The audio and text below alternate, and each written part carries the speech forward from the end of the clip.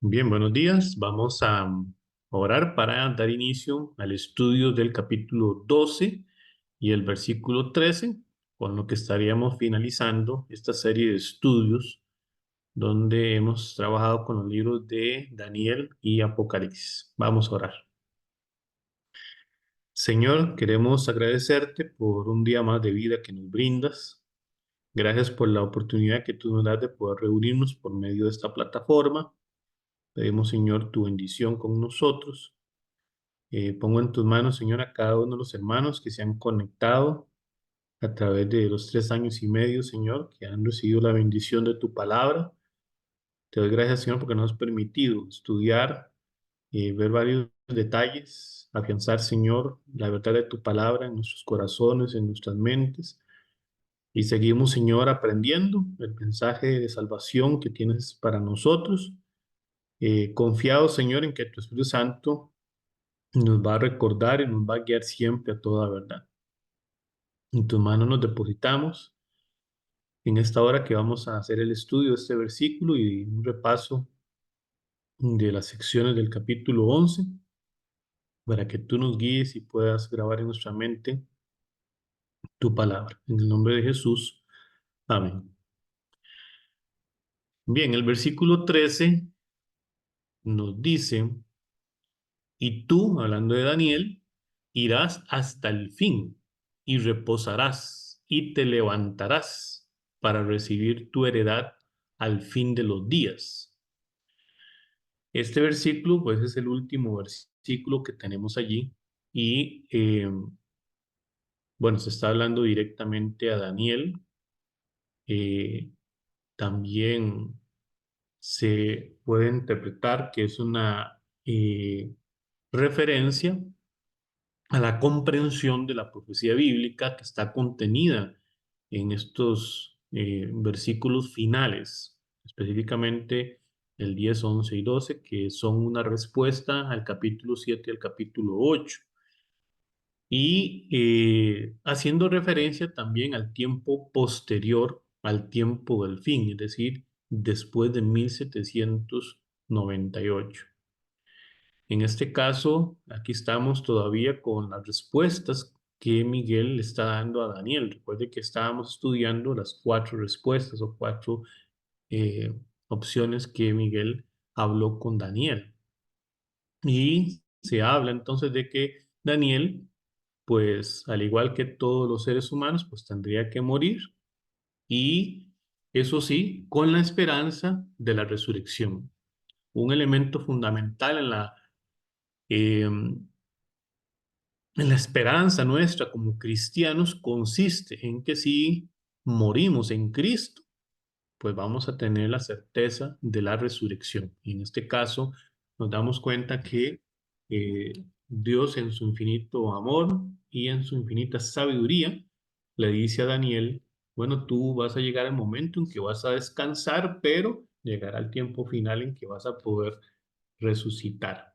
Y esta esperanza es una esperanza que nos llena a nosotros de alegría, de gozo, porque también hemos de reconocer que en algún momento puede ser o ya haya pasado que algún familiar nuestro haya muerto, pero sabemos que esa persona que murió ha muerto con la esperanza en la resurrección, ¿verdad? Esa esperanza que nos lleva a nosotros a morir con la tranquilidad de saber de que es un sueño simplemente, es un sueño y que llegará el momento en, como le dicen aquí a Daniel, te levantarás para recibir, ¿verdad? La heredad al final de los días. Este, Así que vamos a ver un poquito esta temática. Esta es la cuarta información, como les decía ahora, es el último versículo de este capítulo 12 que contiene una respuesta, como hemos mencionado, a la inquietud de Daniel. Recuerden que la principal inquietud de Daniel estaba fundamentada en qué iba a suceder durante esa extensión de tiempo de los 2300 años, que involucraba un periodo de persecución por parte del rey del norte, del cuerno pequeño, de esa imposición de la abominación desoladora, Eh, ¿Qué iba a pasar con todo eso? ¿Verdad? Entonces, Miguel específicamente contesta en esta parte final a Daniel y introduce entonces los periodos de tiempo, los 1290, que es un periodo de tiempo 30 años mayor al de 1260 de persecución, que es donde se introduce la abominación desoladora.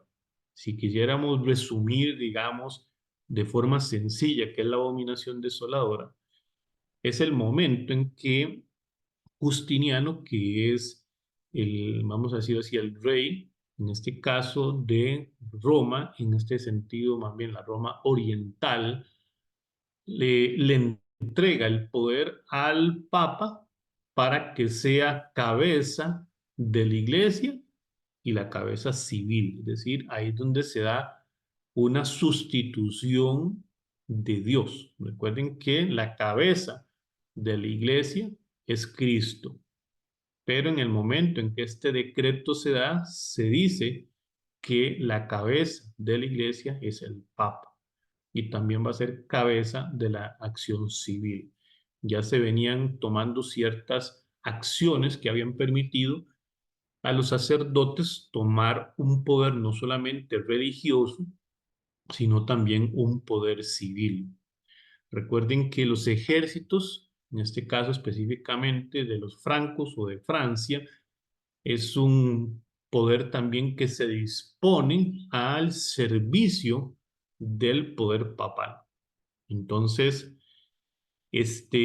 Daniel estaba preocupado porque se hablaba de esa abominación desoladora que atentaba en contra del pueblo de Dios y atentaba en contra de Dios mismo, ¿verdad? Entonces, el santuario sería oscurecido. ¿Por qué? Bueno, porque este poder, rey del norte, vendría a decir que ellos eran los que otorgaban el perdón. Venían a decir que los seres humanos en general no podían estudiar o entender las Sagradas Escrituras, tenían que hacerlo a través de la interpretación de ellos como sacerdotes. Entonces, paulatinamente se alteran las doctrinas y las verdades de la palabra de Dios y la gente eh, pierde el acceso directo a Dios y ellos se transforman en un medio, según ellos, para llegar a Dios, a tal grado que las leyes van imponiendo paulatinamente que el Papa se convierta en un Dios aquí en la tierra. Recuerden que esa es una expresión muy interesante porque prácticamente es la misma expresión que nos enseña el libro de Tesalonicenses. Ustedes recordarán ahí, vamos a leerlo porque es un texto que nos permite entender la forma como este poder llegó a tener tanta influencia que se hizo pasar por Dios.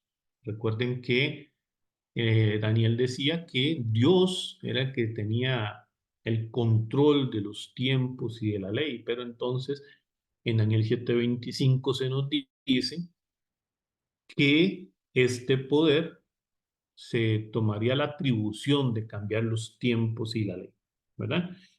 Precisamente, segunda de Tesalonicenses, el capítulo 2, versículos 4, dice: el cual se opone y se levanta contra todo lo que se llama Dios o es objeto de culto, tanto que se sienta en el templo de Dios como Dios, haciéndose pasar por Dios. Entonces recuerde que en este caso el Papa se atribuye la prerrogativa de poder perdonar, de poder otorgar el perdón a las personas.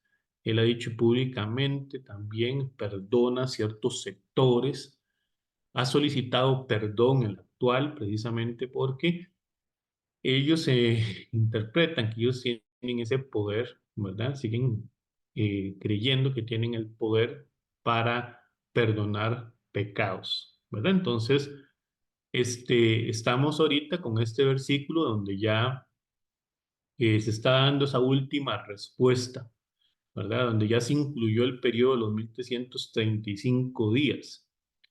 De este periodo diré brevemente que finalizamos los 1335 días llegando al año de 1844. Aquí hay que hacer una consideración que se llega a 1844 porque se toma en cuenta que el decreto que se da en el año 457 antes de Cristo se da en el otoño. Eso es en el otoño de la parte norte, el hemisferio norte. Y para efectos de nosotros, ese inicio de otoño del año 1844, bueno, voy a decir de ese año, se extiende hasta 1844 específicamente a octubre, 22 de octubre de 1844, ¿verdad? Eso haciendo uso del calendario, que es el calendario judío, específicamente el calendario caraíta, ¿verdad? Si nosotros tomamos la información sacada de nuestro calendario, la fecha nos lleva a 1843, ¿verdad? Pero si utilizamos el calendario judío, el caraíta, entonces nos lleva hasta el 22 de octubre de 1844. Yo les digo a ustedes que estoy preparando una información relacionada con esto porque hay una cierta como dificultad para comprender algunas cosas de esto. Entonces, estoy preparando un material ahí que en su momento se los voy a compartir. Para efectos también de Jaime White y Urias Smith. Recuerden que Urias Smith fue la persona que preparó un comentario bíblico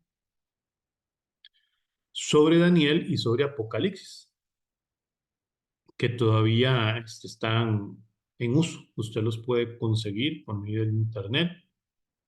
No sé si recuerdan que este, me los habían regalado también. Ahí yo los tengo. ¿Verdad? Es un comentario bíblico muy bueno. Contiene algunos errores de interpretación. Sin embargo, es un material que surgió, ¿verdad? En esa época donde estaba el G. de White, Jaime White y Urias Smith.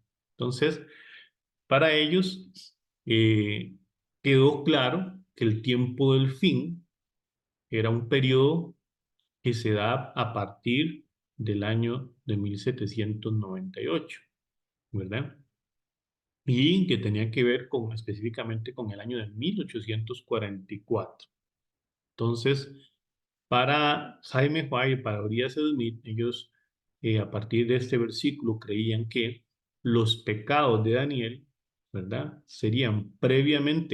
Que habían sido previamente confesados, habrían de ser llevados a juicio en el antitípico día de expiación, es decir, después o a partir de 1844. Recuerden que el juicio se da en el cielo, se inicia desde la primera persona que vivió en esta tierra, es decir, desde Adán y Eva, y va desarrollándose el juicio hasta llegar al último, a la última persona que va a existir en esta tierra. Entonces, Jaime y Urias ubicaban que Daniel surgiría en el tiempo del fin, ¿verdad? Desde el punto de vista que ellos visualizaban, como pensando de que sí, en el día de juicio, es decir, después del 22 de octubre de 1944, se tendría entonces el inicio del día de la expiación y en algún momento que no se sabe, pues surgiría entonces lo que en este caso se haría el juicio sobre Daniel, ¿verdad? Como cualquier otra persona que tendría que ser llevada a juicio. Ahora, en el caso de Urias Smith, también él sostuvo que era un error interpretar este versículo, versículo 13, como de una aplicación exclusiva solamente a la resurrección del profeta, ¿verdad? Él consideraba que esa parte donde dice recibirá su heredad, ¿verdad? Como resultado del juicio investigador que se daría en 1844, involucraba no solamente a él, sino que involucraba a todas las personas, los patriarcas, los profetas, los apóstoles y a todo el, el pueblo de Dios, ¿verdad? Entonces, esa obra que se está dando en el santuario celestial, que determina la condición de cada uno de los seres humanos, él decía, es aquí donde Daniel recibirá su heredad y aquí donde también todos los que han sido vencedores recibirán su heredad. Cuando sus casos sean examinados, pasarán exitosamente el examen del juicio. Entonces, para él, este versículo 13 involucraba no solamente la bendición para Daniel, sino que nos incluía, bueno, voy a decirlo diferente, incluía a todos aquellos que ya habían pasado por el juicio, incluidos los que estamos viviendo en el tiempo del fin. Es decir, la heredad sería para todos. Ahora, en ese texto también, cuando dice, y tú irás hasta el fin y reposarás y te levantarás para recibir tu heredad al fin de los días, este, hay algunas expresiones que Gabriel utilizó, por ejemplo, en el capítulo 12, versículo 4, dice, Daniel, cierra las palabras y sella el libro hasta el tiempo del fin. En el versículo 9 dice, Daniel, estas palabras están cerradas y selladas hasta el tiempo del fin. Entonces, en este caso encontramos un comentario de Elena G. de White también que dice, sus admirables profecías, hablando de Daniel, como las registradas en los capítulos 7 a 12 del libro que lleva su nombre, no fueron comprendidas plenamente ni siquiera por el profeta mismo. ¿Se acuerdan que yo les he dicho a ustedes que yo les decía, yo no creo que Daniel haya tenido la capacidad de poder pasar 2300 años en proyección, ¿verdad? Y poder lograr comprender a plenitud todo. Por eso es que él se enfermó, porque estos periodos de tiempo eran muy largos, porque la abominación desoladora posiblemente no comprendió digamos, el nivel de maldad que había involucrado en eso, en fin, ¿verdad?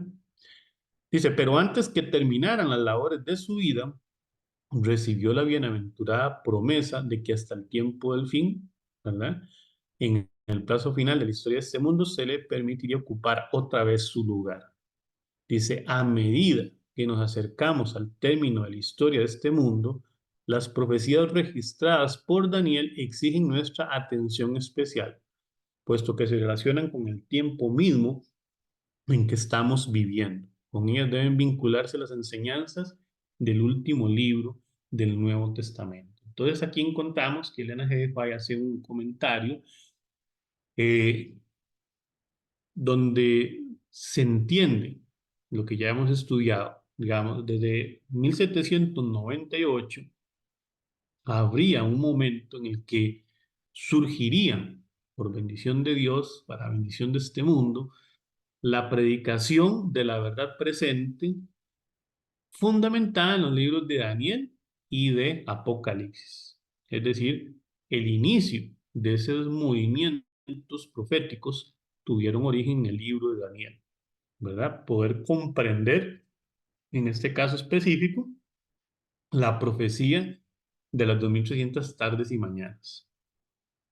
Ese surgimiento de estudio daría pie entonces para que se uniese ahora el estudio con el libro de Apocalipsis y ese surgimiento profético es el que la iglesia ha traído y ha predicado, y siendo que la iglesia adventista aceptó el llamado de Dios a comprender estos libros, ha recibido la bendición de tener una comprensión mayor que otras iglesias, otras denominaciones, ¿verdad? Se convierte en el pueblo elegido de Dios que ha abierto y ha tomado la decisión de entender este mensaje profético. Por eso no podemos renunciar a la comprensión del mensaje profético de los libros de Daniel y Apocalipsis, ¿verdad? Bien, nos sigue diciendo, ha llegado el tiempo para que Daniel reciba su heredad. Ha llegado el tiempo para que como nunca antes se propague por el mundo la luz que le fue dada. Si aquellos por quienes el Señor ha hecho tanto caminarán en la luz, su conocimiento de Cristo y de las profecías concernientes a Él aumentarían grandemente a medida que se acercan a la terminación de la historia de esta tierra. Por un momento piense usted cómo se sentiría Daniel como profeta, sabiendo que nosotros hemos estado estudiando las profecías que le fueron reveladas a él y que nosotros, por bendición de Dios, se nos ha permitido conocer, ¿verdad? Creo que es una satisfacción muy grande la que tendría, ¿verdad? Pero bueno, solamente la eternidad podrá darnos a nosotros y a Daniel la bendición de conocer el alcance de las palabras que se han dado a través de tantos estudios. Bien, llegamos a hacer como una síntesis, ¿verdad? De las tres interpretaciones que son complementarias, es decir, no son excluyentes. Aquí no estamos llegando a decir esto tiene que interpretarse exactamente así, sino que uno puede pensar que las tres son una posibilidad de interpretación, ¿verdad? Para este versículo 13. Bueno, primero es que el mensaje del libro habría de ser mejor comprendido a partir de 1798, ¿verdad? Y especialmente desde 1844, ¿verdad? Ese es un primer elemento. Número dos, en este tiempo de 1844 habría de comenzar un juicio como resultado del cual Daniel habría de recibir su heredad, es decir, entraría en juicio, ¿verdad? Recuerde que el juicio para efectos de nosotros como cristianos adventistas del séptimo día no nos genera temor, sino por el contrario nos genera alegría, porque el resultado de este juicio es en favor de los santos. Es decir, usted y yo recibimos una bendición más bien al participar del juicio, porque el juicio nos va a declarar a nosotros, ¿verdad?, inocentes. Y el tercer aspecto tiene que ver con la promesa de la participación de Daniel en la primera resurrección, la resurrección de los justos. Por eso dice, reposarás y te levantarás para recibir tu heredad, ¿verdad? Entonces, aquí encontramos nosotros que se garantiza la bendición de la resurrección a Daniel como uno de los grandes profetas del Antiguo Testamento, como uno de los grandes predicadores de la verdad presente en el tiempo en el que él estuvo, ¿verdad? Y se nos invita a nosotros para que nosotros también podamos, en ese sentido, compartir la palabra de Dios. Bueno, ahí llegamos al término de, esta, de este versículo 13 y vamos ahora a hacer un repasito sobre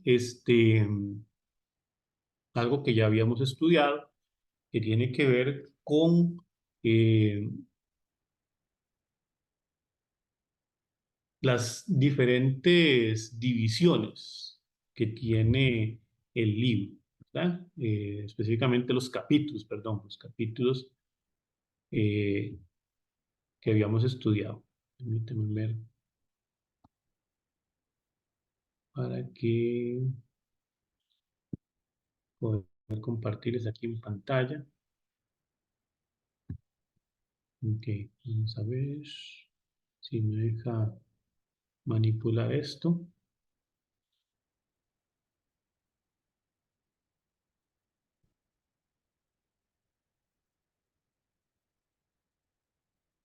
Y me quedo como pegado, bueno, ahora sí vamos a ver.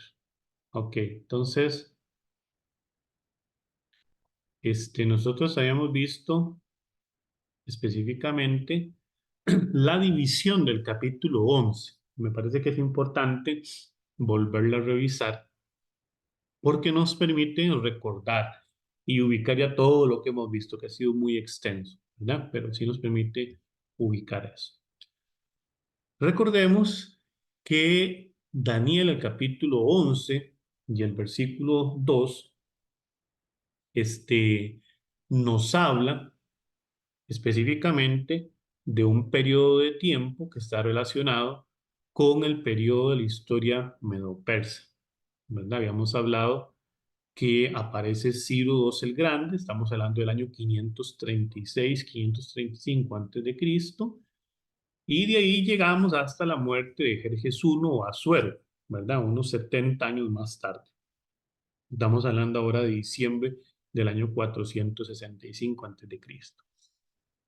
Habíamos visto que estos periodos de tiempo, ¿verdad? Este,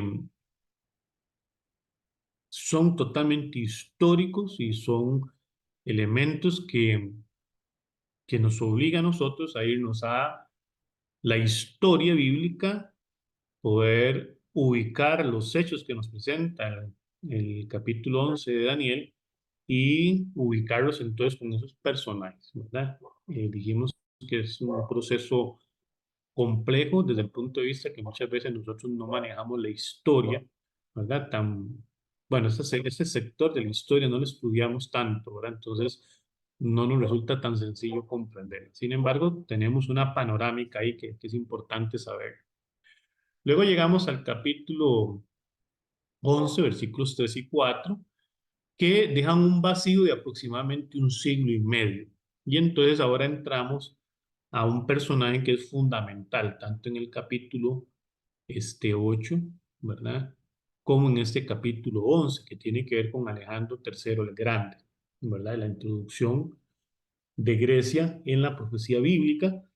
Estamos hablando del año 336 antes de Cristo y se extiende hasta el año 301 antes de Cristo. Recuerden que este imperio, llamado el Imperio Griego o el Imperio Greco-Macedónico o el Imperio de Grecia, como muchas veces lo hemos hablado nosotros, en algún momento va a quedar dividido en cuatro reinos, ¿verdad? Recuerden que la profecía decía que quedaría dividido y que ninguno de sus familiares, ¿verdad? Quedaría a cargo de sus reinos.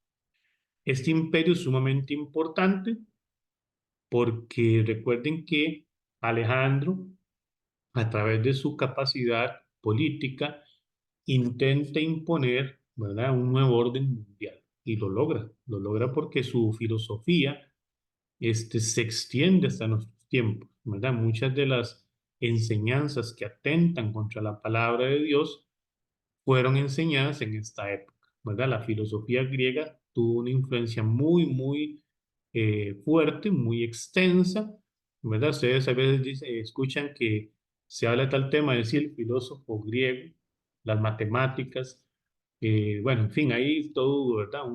Una amplitud relacionada con esto, pero entonces la influencia del imperio griego fue muy importante. También es importante decir que esta filosofía griega influye bastante en el imperio romano.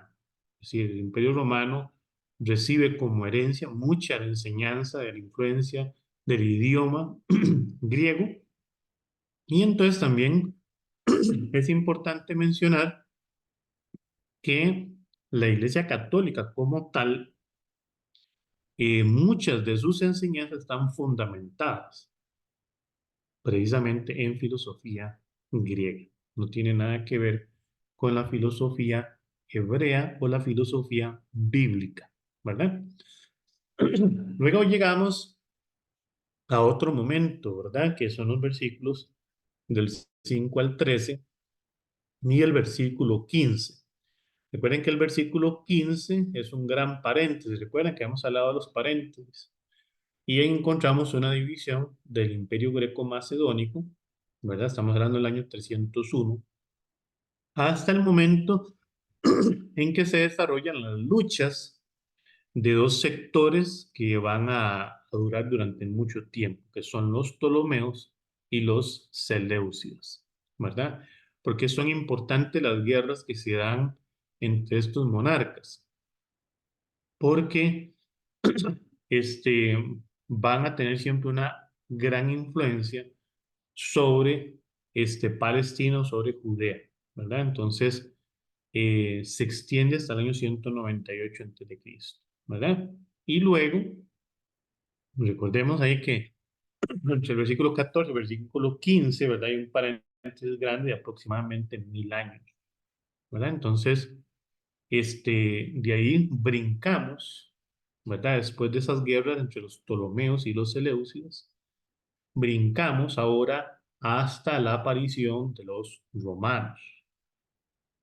Este, Roma surge precisamente en respuesta a esas guerras entre los Ptolomeos y los Seleucidas. Entre ellos se va perdiendo poder paulatinamente.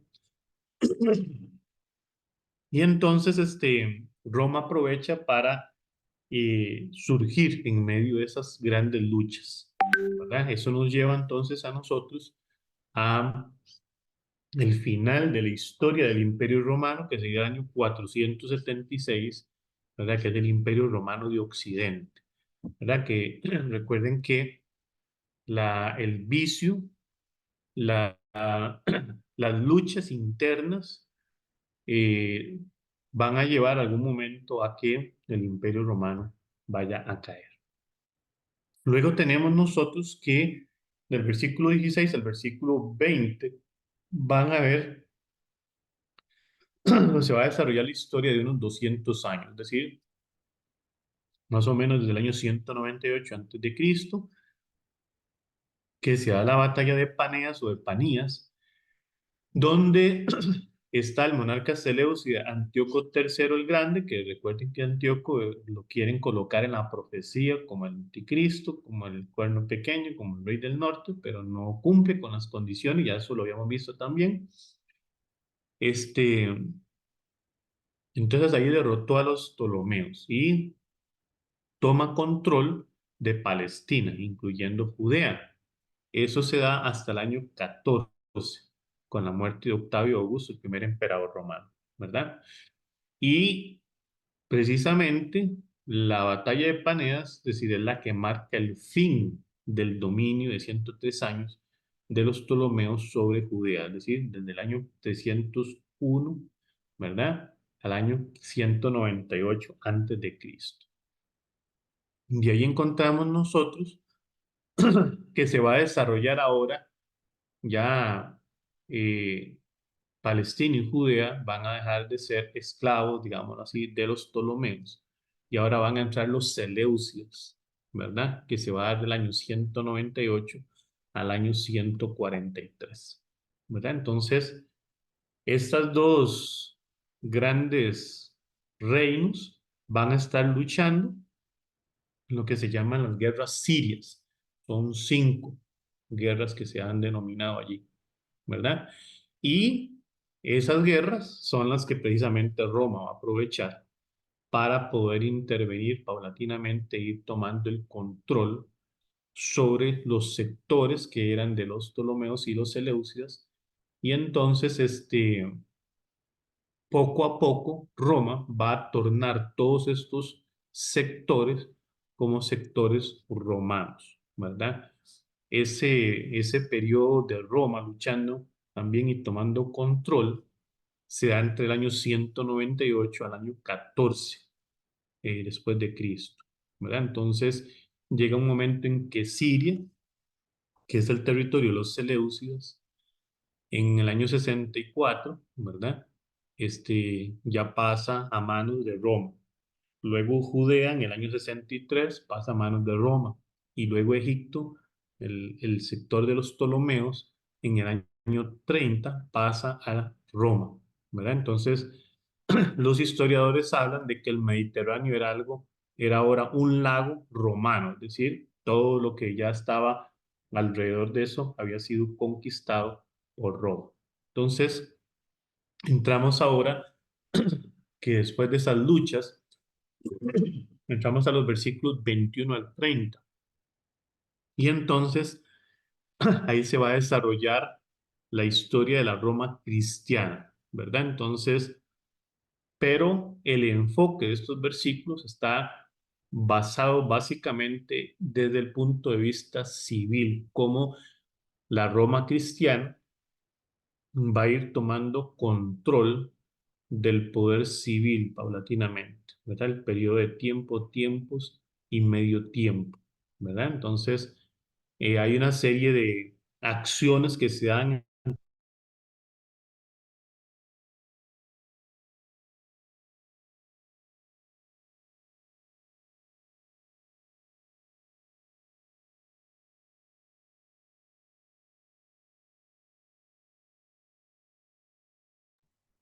Carlito, se le fue el volumen.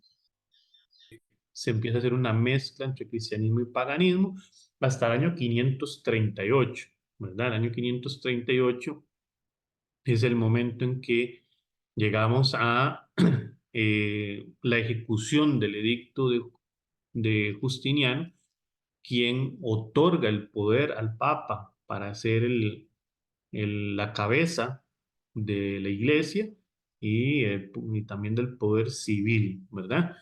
Y entonces ahí nosotros podemos ver que ese periodo de tiempo va a desarrollarse durante 1260 años, hasta el año de 1798, ¿verdad?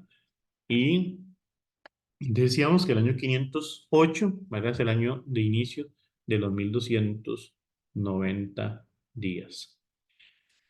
Este periodo es un periodo también que se va a desarrollar en los versículos del 31 al 39, pero en los versículos 31 al 39 van ahora a hablar más de los aspectos religioso-teológicos de cómo la apostasía se introduciría en la iglesia, sobre el pueblo de Dios, ¿verdad? Entonces, ahí encontramos nosotros precisamente esos versículos del 31 al 39.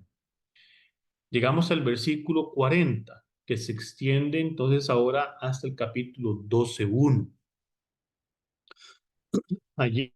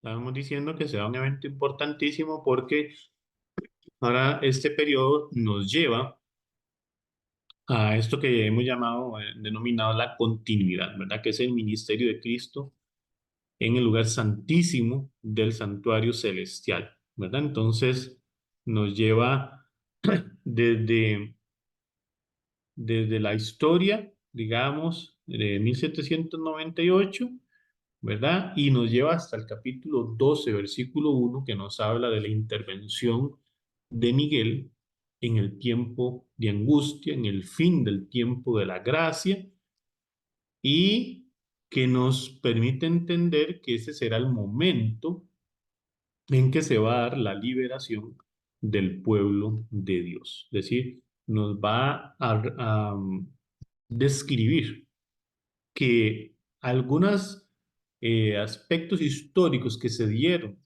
en el periodo de los 1260 se van a repetir previo al cierre de la historia de este mundo, ¿verdad?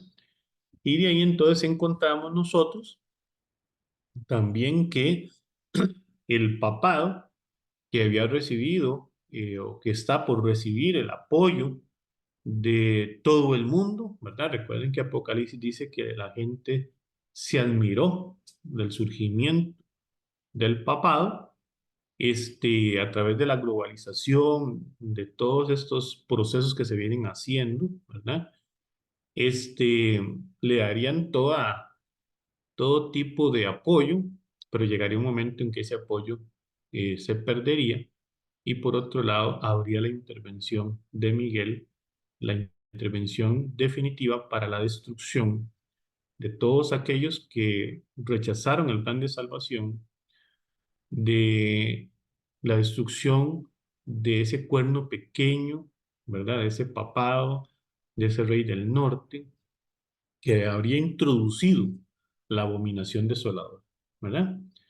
Y llegamos entonces a concluir entonces que el capítulo 11, ¿verdad? Es una ampliación de elementos que no fueron desarrollados en el capítulo 7 y en el capítulo 8, ¿verdad? Que se desarrollan entonces a partir del segundo imperio mundial, que son los medos y persas, y que se extiende hasta el momento en que Cristo eh, viene por segunda vez para salvación de su pueblo.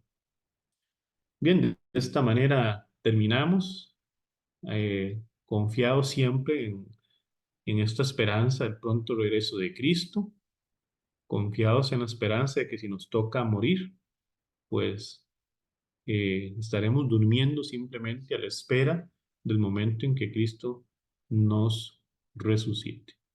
Dios quiera que este mensaje que hemos venido estudiando sea de muchísima bendición, sea de fortaleza para nosotros en los momentos más difíciles que estamos enfrentando y que podamos enfrentar.